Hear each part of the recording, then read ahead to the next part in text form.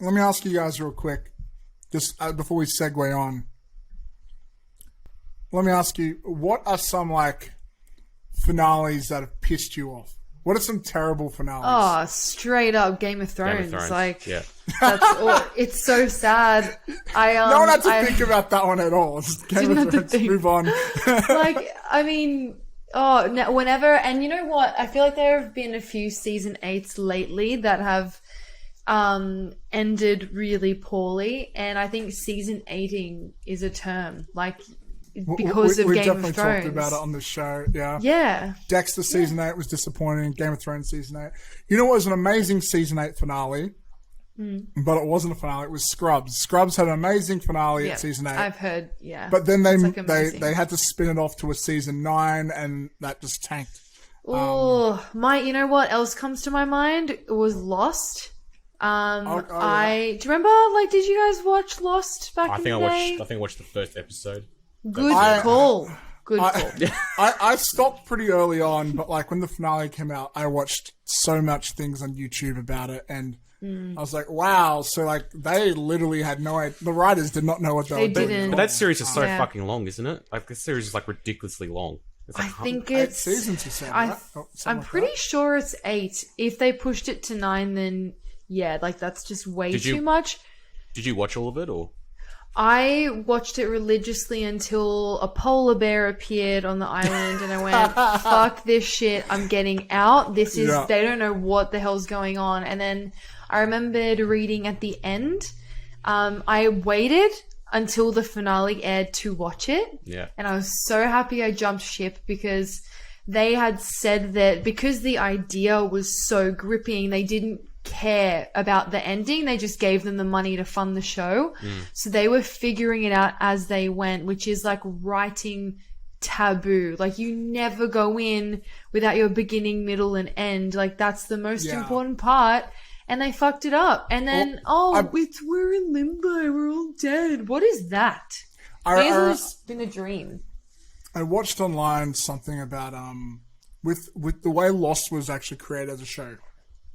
Excuse me, was really unique because they weren't given a lot of time to put it together, and they were just like, we have a slot, let's do something experimental, and they kind of put this together like, oh, it's an amazing pitch, but they're like, we'll just figure out the end game when we get to it. And writing for television isn't like what it is now, so yeah, I think that's true. A lot of TV writers look at Lost as an example of what not to do. Like, it's a lot what to do for like setting up a show, and like I think that really laid the groundwork for shows like Walking Dead.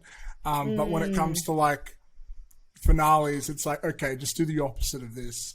Here's a season 9 finale that was very controversial. Did you guys ever watch How I Met Your Mother and the finale to that? No, I did not. So I was a diehard fan of How I Met Your Mother. There's a new show coming out which looks terrible called How I Met Your Father. Yeah. Looks garbage. But the finale, a lot of people hate it, and that makes me mad because I love the finale. You're a rare breed. Because what it does is, I think it's great writing.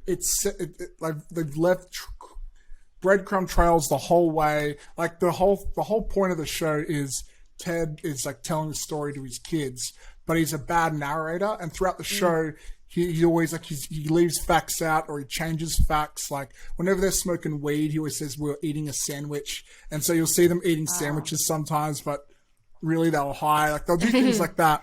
Yeah. And what the twist is, and they filmed the ending at season 2, so the kids was the same age. Which, oh, by the way, today, Bob Saget, who did the narration for this show, just announced he's dead today. So rest in peace. Yeah. Absolute legend. So I'm glad I'm talking about a Bob Saget thing here, because I think he recorded the voiceover for that at the same time. But the finale is, in the final season, it takes place over this wedding holiday where Robin's getting married to Barney, and the mother is a main character. She plays in the wedding band, but she meets everyone except Ted until the final episode.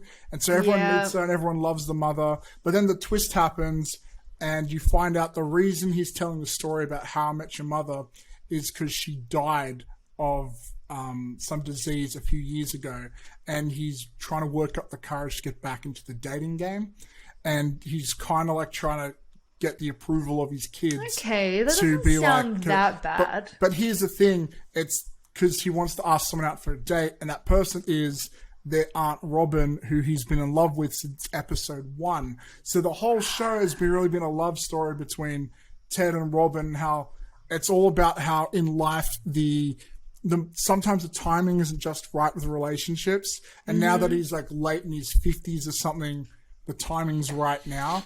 And so it ends with him asking Robin out on a date, and the kids have approved.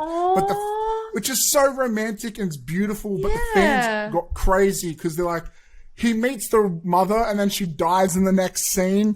How dare you? Rah, rah. So there is an alternate cut and ending, and you can find it online, but it's nowhere as good in my opinion, because the themes of it's so much more romantic when you think it's about Robin, but the mother is a red herring. But I'm gonna get some hate. Someone's gonna email. Someone's gonna send me death threats for saying I love it. But I think it's an amazing finale. Or maybe not. Right. It's not a perfect one, but yeah.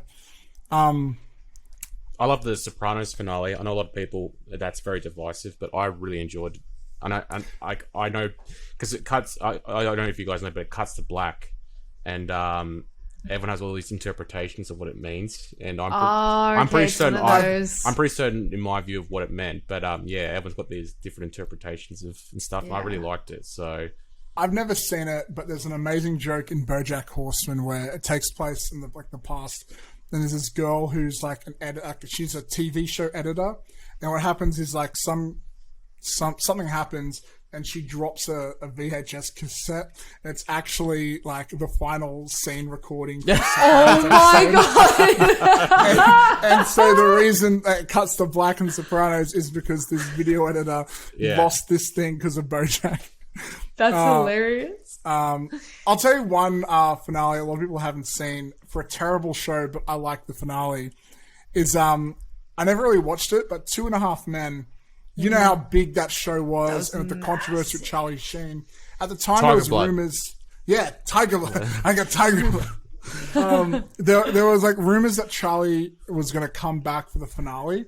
So I watched the finale, and there's the plot is apparently Charlie is what happened was he faked his death or something ages ago, and now he's back and he sends them a letter. He's, I'm coming for revenge. I'm going to kill you because you're living in my house and you took everything from me. And Charlie, and they're like, oh, well, he's a drunk. He's always a drug addict. He's not going to do it. But they get scared, so they go to the police station to report it. Where they meet the sergeant, who's played by Arnold fucking Schwarzenegger. Yeah. And he recaps apparently like all 15,000 seasons and talk about how stupid it is with what's his face, Ashton Kutcher.